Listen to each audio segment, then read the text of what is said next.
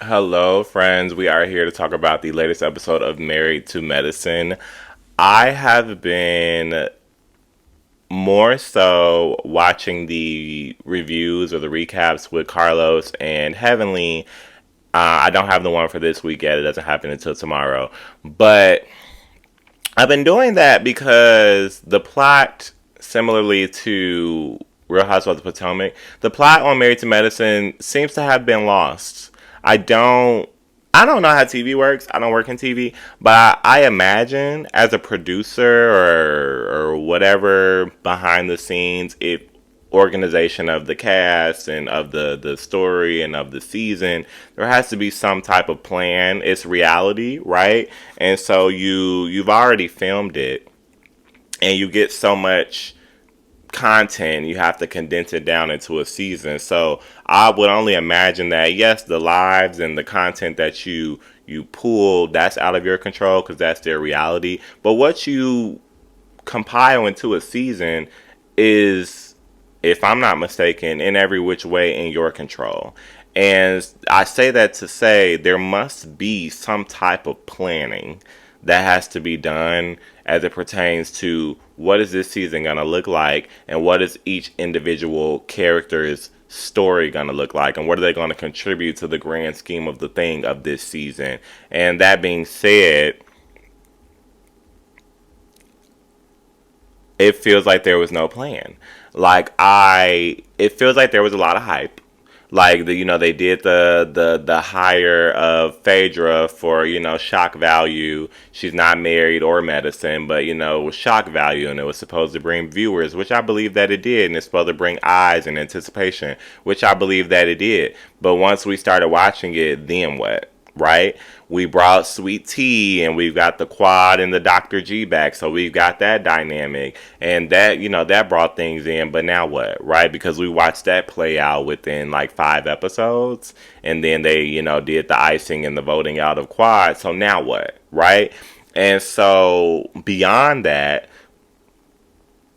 just consider, what other stories have we heard?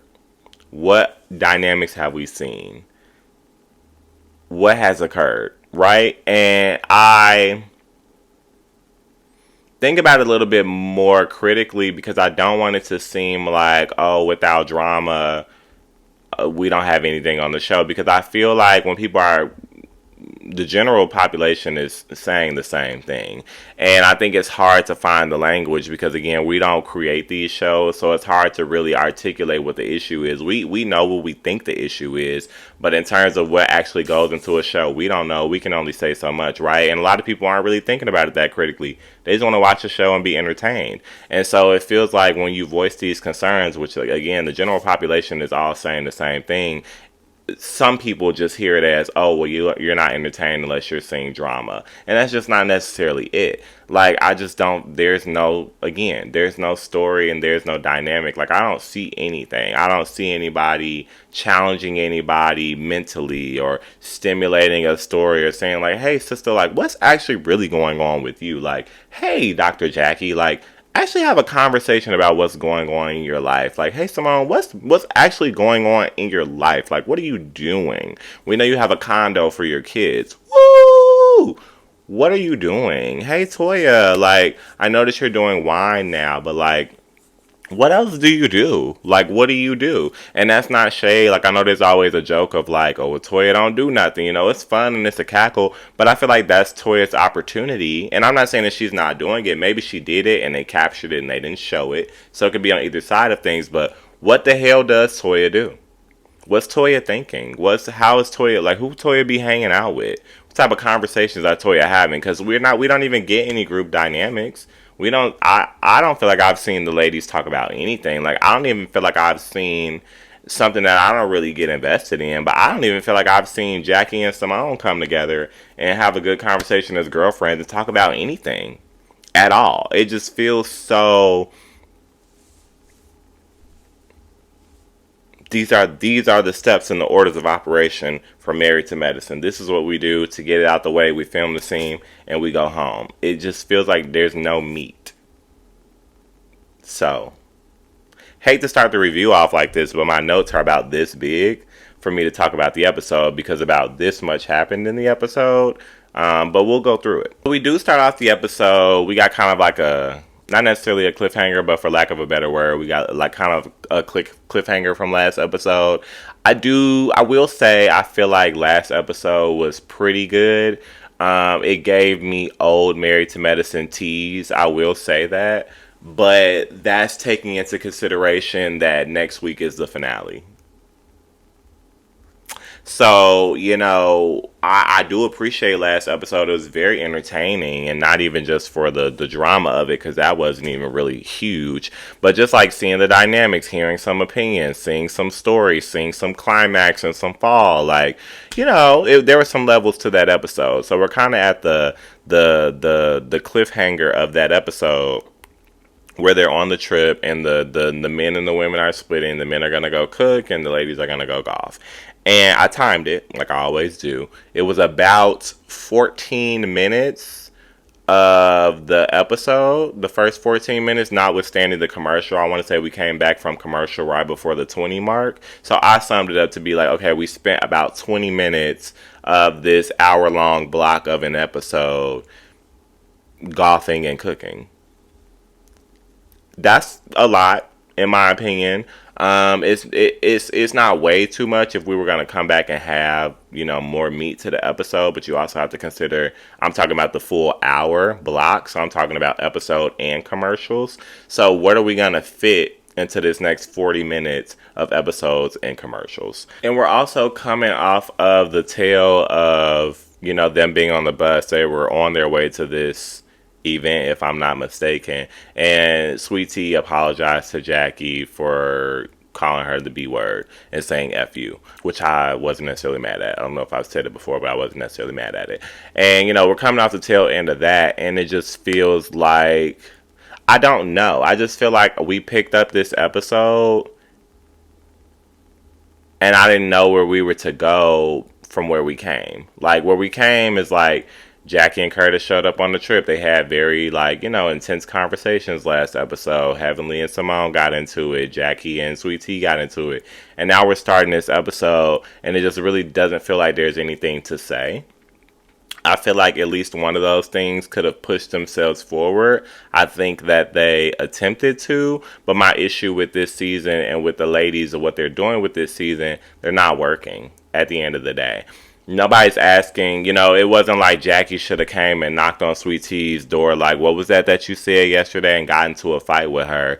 But it's more so like, let's have a substantive conversation about it. And almost, maybe this isn't a real dynamic because Sweet Tea was technically the offender, but if Jackie is one of the anchors of this show and she's on this pedestal and she doesn't do anything, at the very least she could have had dialogue with somebody about it. And even when we jumped to her sitting on the boat, I believe it was on the boat, and she's kind of talking about it a little bit with Alicia, she still has nothing to say, right? There's not really much of an opinion. She's kind of still throwing this like subtle jabs at Sweet Tea about her age, but there's nothing from this grown woman.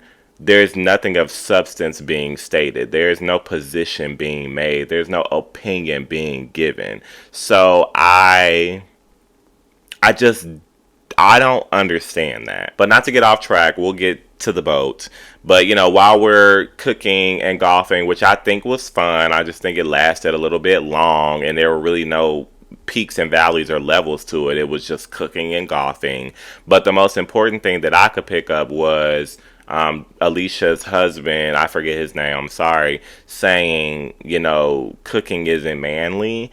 And that just made me think to myself, even outside of the show, what something that I think would be an interesting topic, and I wish they would have maybe dove into that more, or maybe somebody could have asked Alicia and had a conversation with her about that. Maybe that would have been interesting, because I'm wondering, and if I'm wondering, other people are probably wondering, especially unmarried people. I'm just wondering, because it seems like Alicia is not in line with what her husband says. It seems like he has this position, she has this position, and they meet in the middle for the sake of marriage, which I think is great, and it seems like it's working for them. But I would like to understand, how do you even get to a place where you can marry someone with that type of mindset? He doesn't seem like a bad guy. at all. So I'm not saying that, but he has an interesting mindset, and some of the things that he thinks and says can be problematic. I don't think that they're too far gone to not be reversed and not be talked through with him, which again might be something interesting. Like maybe somebody have a in-depth conversation with him about that, not just listen to him say it and go, that's crazy. You hear what he said? That was crazy. That was something that y'all ain't gonna like. Y'all gonna talk about it on Twitter, but we ain't gonna talk about it on the show. But say something else crazy. Like, it just seems like they're just waiting for him to say crazy stuff, and they're going, boom, boom, can't wait to see what the viewers have to say about that. What do you have to say about it? Why is nobody having these conversations? Hey, Alicia, how did you get to a point where you can marry a man with this type of mindset? That's all. Like, what's your mindset? How do you feel? Oh, how does your husband feel? Oh, how did you guys get to a point that you could be married and be in a relationship and make this work? And then we can have some shade from Toya. Round it out. And then, what's his name? Kemma is coming to me. Kemma, why do you feel this way? And what attracts you to your wife? And how does she keep a nice balance? You know what I'm saying? And do you understand that this can be kind of problematic to think, or is it not problematic? Like, does it work for y'all, and how?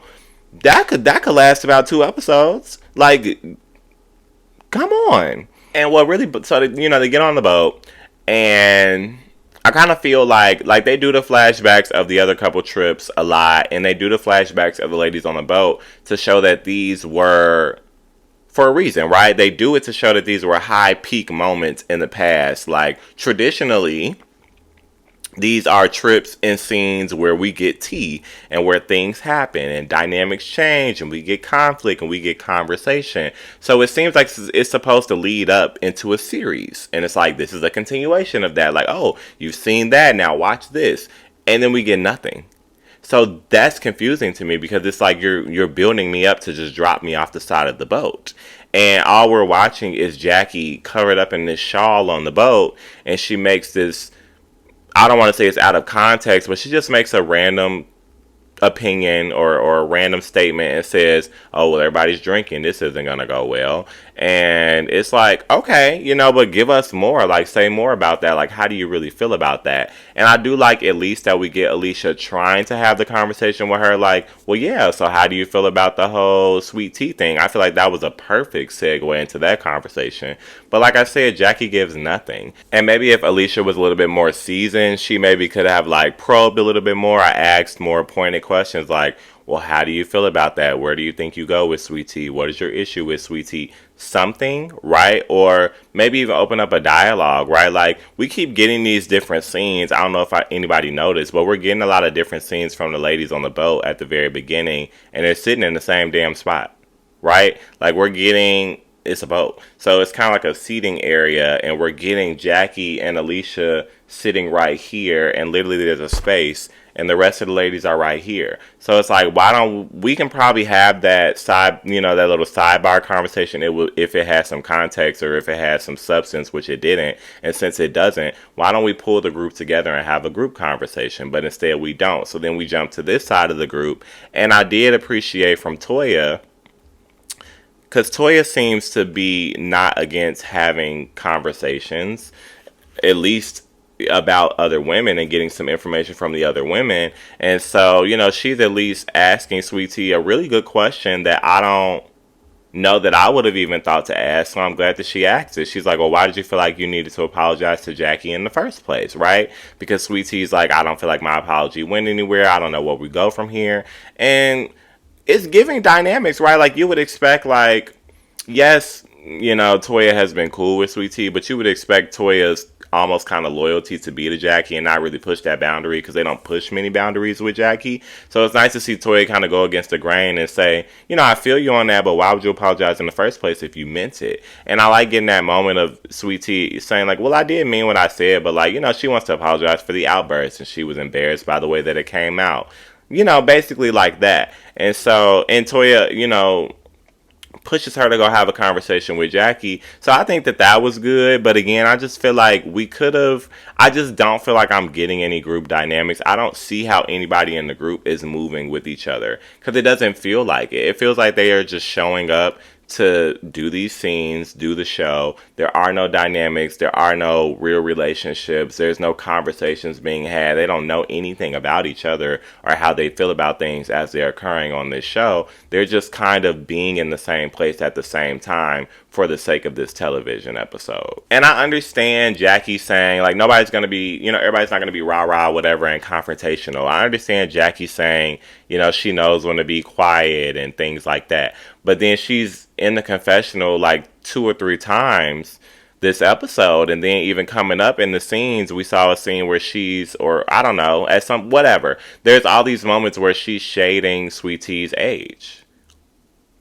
Over and over and over. And so if that's how you feel, and that's affecting the way that you interact with Sweet Tea, have that conversation with Sweet Tea on camera instead of just acting like, and it could be two things. Two things can be true, right? You can feel like, and I did appreciate that they decided to move forward and not harbor the issues and mess up the trip. That's awesome. But you can also still have honest opinions about the person that are adverse. And it's clear walking away from that conversation that they had on camera and then going into the confessionals, it's clear that they both still have adverse, very big adverse opinions about each other that are going to be roadblocks in their communication, in their interaction, in their overall relationship. And it's not as if they're not going to see that stuff. They're watching episodes just like we are, and they have to film a reunion, so it's not like they're not going to hear it. So it's fine for y'all to have this chummy conversation like, oh, we'll move forward, but you still have these opinions, so why not share them if the person's going to hear it regardless? I just don't understand it. It seems like they're not wanting to get involved while on the show. They're not wanting to push the envelope and be real. It's really frustrating. And even Jackie, like, because it just feels like you're getting different narratives. I don't know where it's going, right? Like, she's apologizing to Sweet Tea on camera, but then in the confessional, she's like, I can't apologize for calling her baby girl. Maybe that was offensive, but maybe it's because she's married to an older man. It's the optics of it. Like, she's being shady. And I don't mind that shade. That's fun. Give me something interesting to watch. Like, unbutton your collar a little bit. Great. Awesome. But then what is the reality, right? Like, are you gonna move forward? Do you not have weird feelings against her? Or do you have some weird opinions against her? Like, what's really happening? Don't have the dynamics in the confessional. Have the dynamics where it matters with the ladies in person. And even if you want to be fake and not say it to her face, which is fine because everybody does that, have the conversation with somebody else. Like I said, Alicia. You had the opportunity to give Alicia your opinion. Give it to somebody on camera. The show is not had in the confessional. And I feel like that's part of where the plot is being lost. And then, we get this very fun to watch, but just nothing really of them kind of going back and forth, and they kind of get into, like, the men were filming and the ladies are filming, and they go back and forth, and we're talking more about the fact that Alicia and her husband, they don't do oral sex, and I feel like the story was made very clear. Like, I feel like they got it out and they said why they don't do it. So, and I'm saying that to say, because the conversation being had around it, I don't mind them having a conversation around it, a discourse around it, a shade around it. But the way that it's being introduced is that they keep repeating the same story. Like, they keep saying, like, well, why don't y'all do that? And so y'all don't do this, and why? That's already been explained, right? So we're reiterating the same story. They do not do it because where he's come from is not a part of the culture. Period. Like, I don't understand what more you need to hear about the semantics of that, right? We can push the envelope forward, which Toya was doing in a shady way, but even with that, it just felt like she was poking. And I think, I'm going to say to Toya's credit, I think it felt that way because nobody else was saying anything, right? And I believe that they would probably say it behind her back and in the confessionals, right? And she's even alluded, Alicia, she's like, these ladies, she said in general. So I'm assuming that a lot of the ladies have been making implications and saying weird stuff. But at least Toya's in the scene interacting with Alicia, having the conversation, not a conversation, she being shady, but creating the conversation around some discourse. Because obviously a lot of couples, they do oral sex. And so they're like, well, girl, what's the tea? Like, I just wish it could be more of a conversation. Like, I wish it could be more of a dialogue. I wish that people would act like that they're at work. And Toya, like I said, I feel like it's just coming off as like jabs and she's poking and being annoying. A, because Toya can tend to be annoying and throw a lot of jabs, but also because she's the only one in the conversation. So I'm gonna at least give her points for doing it. And I think that it will also do Alicia a favor if it wasn't just Toya, right? Because the way that Toya is going about it, Alicia has already kind of had to get Toya in check. So now you can tell that Alicia is trying to tailor her responses. So she's trying to be cool. She's throwing a little shade back, right? But she's not trying to really get into it with Toya because we've already done that. And how much of that can we do, right? And she's new to the group. So imagine being new to the group and it's like, dang, every time I'm here, I got to get Toya together. Like, she probably doesn't want to have to come off like that because it doesn't seem like she's trying to get into it with these ladies. She's trying to have a good time. But now every time I'm here, I got to go at it with Toya. So it seems like she's trying to tame that down. And if it were opened up to the group, she could have more dialogue with more ladies. I'm sure there's somebody there that has something more productive to say in a better way than Toya. So maybe she could have a better dialogue with them. I'm sure there's somebody there that maybe just agrees with her so she could have a different dialogue with them. I'm sure there's somebody there, like myself, that's like, oh, that's not your culture, you don't do it? Okay, whatever. Wouldn't work for me, but cool.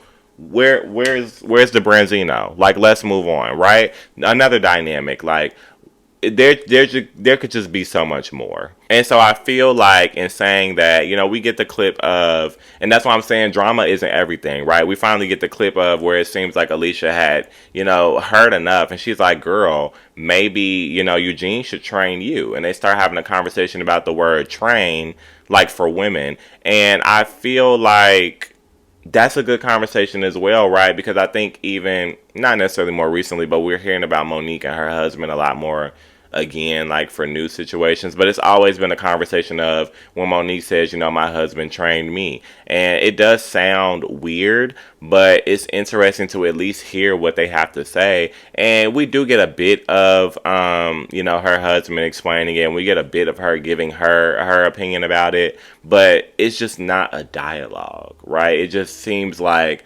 I said with him, seems like they just let him say, because he always says something. He gave more dialogue, but he always says something a little bit off the ledge, and they go, that's crazy. This is America, right? And we move on. No dialogue. And then with her, she just has to be defending herself against Toya. It's the same story over and over and over. It does not push itself forward, and that's very frustrating. So that's what I'm saying. It's not all about the drama. Like, it's not amazing that, oh my gosh, she checked Toya and said, maybe Eugene needs to train you. Like, and we, in the episode, like, that's not exciting. Like, who else has anything to say here? There are 20 people on this boat. You know what I'm saying? So, I don't know. More conversation needs to be being had. These people are just showing up for work. And grabbing their coffee from the Keurig and putting their lunch in the refrigerator and closing their door until 3:30, around 3:30, where they poke their head out and the day's almost over for their 9 to 5. Like, that's literally what's happening. So it's a little frustrating, especially because the holes have already been poked in this season. Like, the BS that happened with Quad, the way that story fell through with the Sweet Tea and the Dr. G, the way that Phaedra came on this show without being married or medicine, has not contributed anything. Phaedra, I keep forgetting Phaedra's even on the trip because she ain't said a word. Why not even just have a conversation of like, oh, we're on a couples trip, and remember how adversarial we used to be to Quad about coming on couples trip single? Well, Phaedra's here, and allegedly she had a date that was supposed to be coming, but maybe we don't talk about that at all. Fine, but there are other things to talk about. Phaedra, your dating life. Would you ever get married again? How do you feel being on a couples trip while you're single? How do you feel being away from your kids? Anything. And Phaedra keeps saying that she knew Apollo since she was a teenager. Where the hell did that come from? But that's an aside. So, I mean, I don't know. I'm trying the best that I very, very much so can. But